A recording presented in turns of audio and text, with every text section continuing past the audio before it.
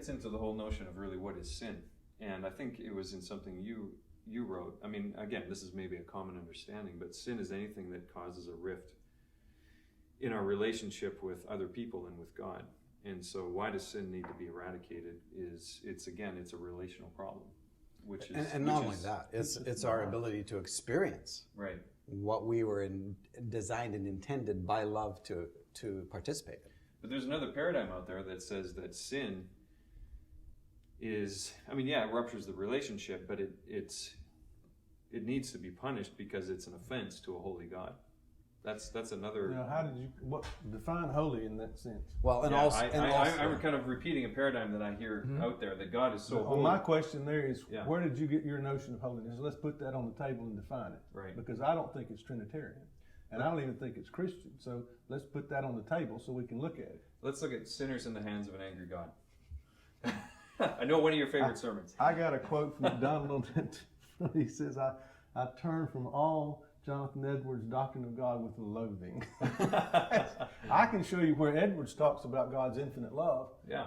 And you think, well, the brother just had a bad hair day. And unfortunately became the most famous sermon in American history so far. But his view is that if God saves one person, that's an act of mercy because we all deserve to be wiped out. And that assumes that he doesn't care about them to begin with. Yeah. It's not mercy if I have two people drowning in the pool and I love both of them. And see, Edwards' God, and if you read that sermon, Edwards' God has no obligation. He doesn't care. He doesn't have to save either one of them. If he saves somebody, it's mercy. But the Christian God, and what Jesus is trying to help us see, and to go back and see that the Father loves us from the foundation of the world. He is for all of us. And therefore will crucify himself, will suffer himself, sacrifice himself, that we may be saved. He would jump into the pool and risk dying. At risk dying for both, for all. And I think that goes towards what you were saying, like punishment is a means to an end. So what's the end? So for God, the end isn't destruction. The end is redemptive or restorative. Life. Yeah, it has to. And both John and Baxter are assuming that this is true, that we are to define holiness before there's any sin, right? Because God was holy when all there was the relationship of Father, Son, and Holy Spirit. Right. So, but we end up with God having to define holiness and all these other attributes based on sin, right? A non-relationship. Yeah. Because holiness, if you start with the Father, Son, and Spirit relationship as being the most fundamental thing about God, then holiness is talking about the beauty and singularity and incomparable nature of their love for one another. Now, if you start off with God, then you want to talk about that God being holy. Well, it's not relational holiness. It's not flowing out of fellowship. So what's filling the meaning of that word holiness? In the Western tradition, that comes over from Roman law. And so coming in the back door of our Christian doctrine of God, we've got a legal notion of holiness and this single God. So you ask people, what's the fundamental truth about God? They're going to say holy, and they mean legal holy. And from my perspective, that's not even Christian. It may be widespread, but the Christian view of holiness is rooted in the Father, Son, and Spirit. Holy, holy, holy is the Lord of hosts. The whole earth is full of His glory.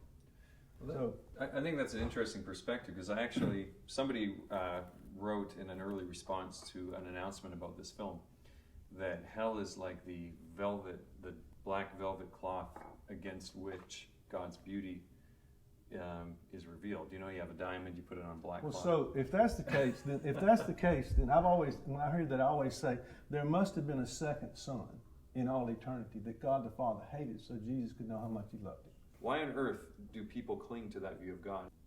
Go ahead, Baxter. He was looking at you, brother. Well, I'm throwing it out to all you guys. Well, there's some people that honestly believe that's what the Bible teaches, and I get that. That is a way you can read the Bible if you ignore a lot of other things. And then I think there's a pastoral issue there about control. And I remember this 25 years ago, my wife and I were in Edinburgh, Scotland, and there was a guy street preaching. And so we walked over thinking, this guy's got nerve. And veins were popping out of his face, and he was sweating, he was spitting everywhere. And he was talking about that you are out here partying and it's turn or burn. If you don't turn, you're going to burn in hell. And so we just sort of instinctively started moving back over toward the crowd. And that night, it really, really bothered me. I couldn't understand what was going on, but I was really disturbed. And later it came to me that what is fascinating is that the sermon that's actually being preached in that moment is, I am a Christian, and I'm miserable, and I'm working it, and you people are having fun, and you're going to pay. You know, so I think there's one layer of our clinging to this vengeance somebody's got to pay is really a statement about our misery and our own Christian faith. Because the people that I know personally that know Papa's love want everybody to know Papa's love. They're not in a hurry to see anybody get squashed. I'm not, and I don't think anybody else is saying that we want everybody just wave a wand, Jesus, everything will be fine. Everything must be, that's not of love's kind, must be destroyed. But the heart of a person who knows Jesus and knows Papa and the freedom of the Holy Spirit is we want everyone to know that. So that's the motive. So one part of that clinging, I think, just one part of it is it's a commentary on the misery of legal Christianity. Because it's not fair. I'm doing all these things for God all the time, and you people are having fun. That sounds a lot like the older brother in the story of the prodigal son. Exactly. That's exactly what it is. Exactly.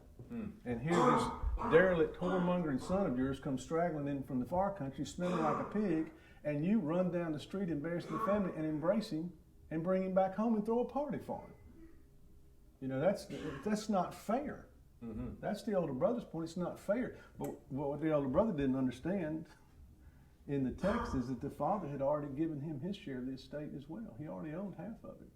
So he's still out in the field trying to earn something that was already his, and mad that the father could give it away to his son and embrace him, his other son, embrace him coming home.